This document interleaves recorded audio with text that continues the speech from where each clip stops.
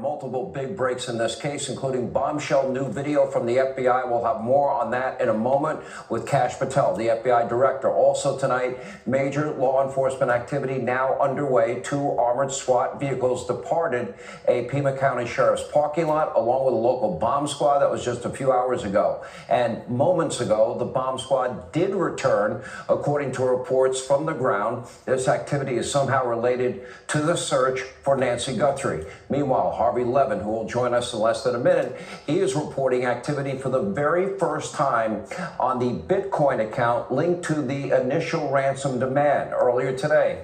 Well, this nightmare finally came to life. They had their first break in the case, a haunting image that will send chills down your spine. The FBI successfully recovered this video from Nancy Guthrie's doorbell camera. It shows a menacing suspect at Nancy Guthrie's front door wearing a ski mask, gloves, backpack, appears to be holstering a gun in the front of his pants. If you take a close look, because the Guthrie family and the FBI are now asking once again the public for any and all help in identifying this person that we will be putting up throughout the hour.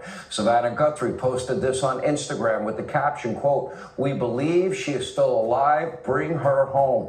So again, take a very close look. What do you see in these images? Do you recognize the face there? And what about the clothes? If this person looks familiar to you, possibly familiar, please contact the FBI or the Pima County Sheriff's Department. Again, the FBI Director Kash Patel will join us in a moment. First, joining us now on all of tonight's breaking news, TMZ founder, friend of the program, our friend Harvey Levin is with us. You've done great work here. Okay, you've been following from the initial ransom letter that you received at TMZ. You had been following this Bitcoin account. Okay, we got the first hit of activity about, I saw on your website, about 4:30, 4:35 today, correct? It was just before 4 o'clock LA time, 7 o'clock Eastern time. There was activity for the first time, Sean, in that Bitcoin account, the link of which is in that first ransom letter that we obtained. We've been checking it every few minutes, and for the first time it surfaced. It seems like whoever this person is that sent you and TMZ that letter have been very careful up to this point. Now, KGUN Channel 9 out in Tucson is also confirming the activity in the account. They say the activity is less than $300. Can you confirm that? So there are reasons that I have been careful with my words, and it obviously has to do with sourcing, and I am just not at liberty to talk about amounts right now, Sean. I just, this is a complicated case, and we gave our word on something, and we're going to stick by that. I totally respect that, and we don't want to do anything that's going to hurt the investigation or this case in any way. Okay, let's look at this development today. I think it's the biggest break, the only break we've really had since this began 10 days ago. When you look at that footage, what do you see? What are you looking at? And when you put it together with things that only you know because you got the original ransom letter, what do you put together? Well, it's a little bit confusing to me, and I'll explain why. This letter, Sean, is so well constructed. I read it and think this is a really intelligent person who knows how to express a thought. They have thought this out. They are to the point. They cover everything they need to cover.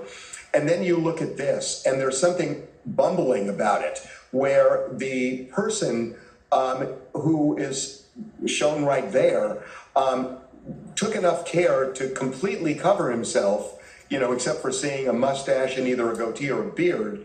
And yet he doesn't realize that there's a camera on that door, and that suddenly surprises him enough that he has to go over, stoop down, and grab some brush to try and cover the camera. That doesn't align to me with somebody as methodical as what I believe the person who wrote that note. I will tell you a couple of other things. that our sources who are directly involved in this investigation tell us that this was not video that was withheld. The authorities received it today, and they released it almost immediately. We also know that the authorities are working under the operative theory is that whoever did this lives in the Tucson television area. That one of the big reasons authorities believe this is something we've talked about, which is that they sent the ransom letters, both the first and the second, to one or two of the television stations in Tucson, as opposed to sending it, say, to NBC, which is Savannah Guthrie's employer. So they feel there's a connection there. And also in that first ransom letter, it says, we will bring her back to Tucson within 12 hours of receiving payment. That's about a 700-mile radius if you think the car would go 60 miles an hour. But authorities, we're told, and by people involved in this, believe this is somebody in that area around the Tucson television area.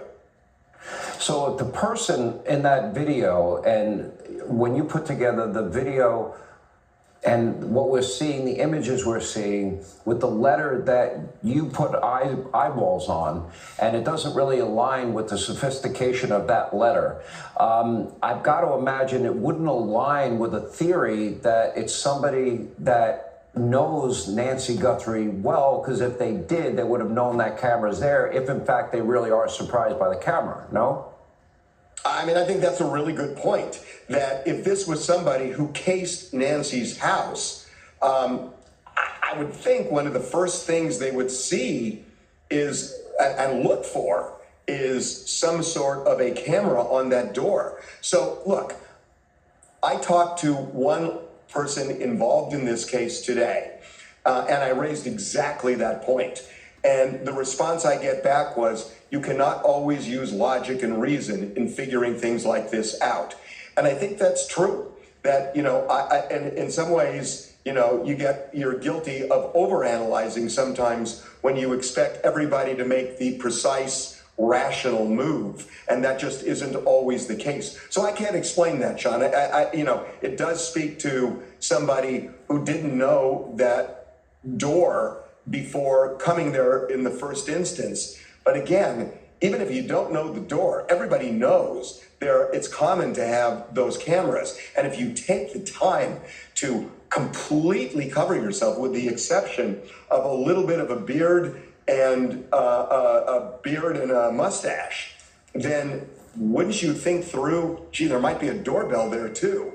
And at least when you walk up to the door, you have something in your hand to cover it with, as opposed to being surprised by it and then walking back to the garden area and grabbing some brush. Harvey, it's obvious you're working very closely with law enforcement and have been from day one. And by the way, I totally admire your help, your cooperation. I'm grateful for it. I think most Americans are as well.